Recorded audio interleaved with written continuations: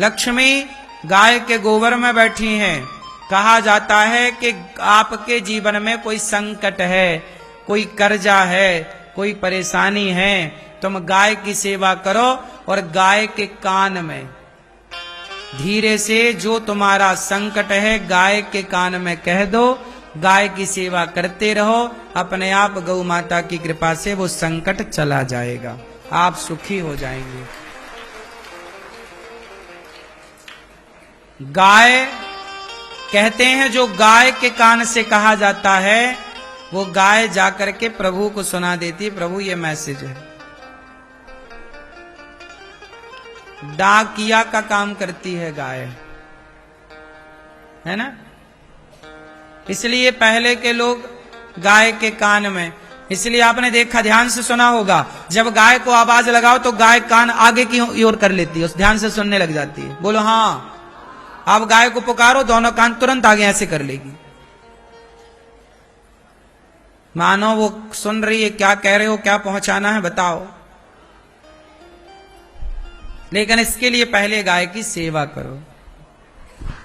अभी भूसे का सीजन आने वाला है।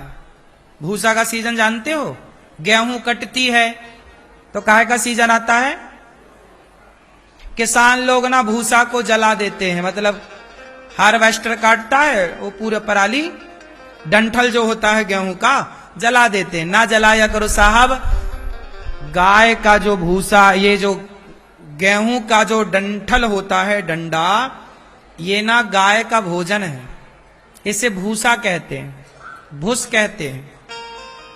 जलाया ना करो, किसानों से मेरी विनती है, आप अपना भूसा बनवाकर किसी गौशाला में आप पैसे लेकर, हम ये नहीं कहते फ्री में दो, आप किसान हो, आप पैसे ले लो, थोड़ा उचित ले लो, तो तुमको पैसा भी मिल जाएगा किसान भाई को, और गाय का आहार भी आ जाएगा। जला दोगे तो ना तुम्हें कुछ मिलना है ना गाय को, इसलिए गाय का भोजन ना जलाओ। इतनी गेहूं होती है हमारे देश में, लेकिन जला देने के कारण जब से हार्वेस्टर आया है तो भूसे की बड़ी दिक्कत हो गई है। अब गाय रख तो लो, पर बाजार में भूसा ना 20 रुपया 22 रुपया किलो मिलता है।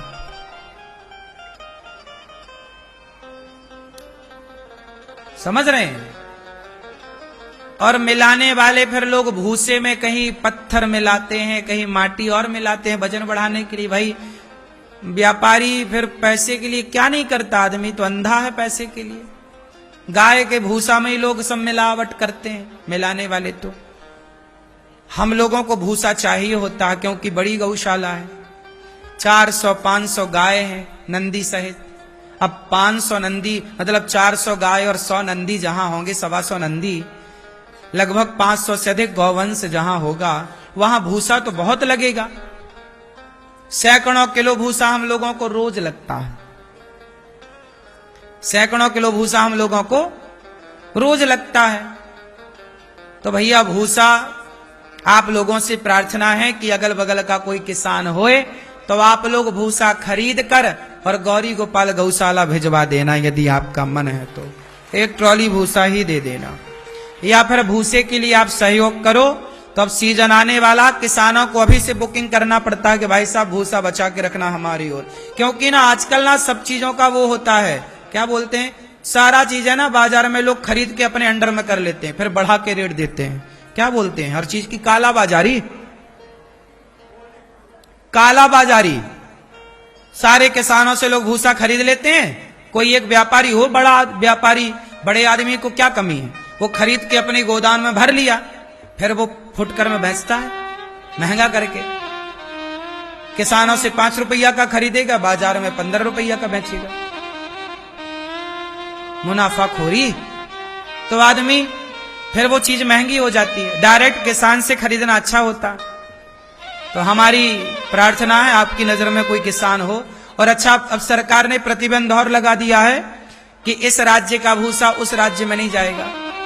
मध्य प्रदेश का भूसा यूपी में नहीं आ सकता, यूपी का भूसा मध्य प्रदेश नहीं जा सकता, राजस्थान का भूसा यहां नहीं आ सकता, यहां का भूसा वहां नहीं।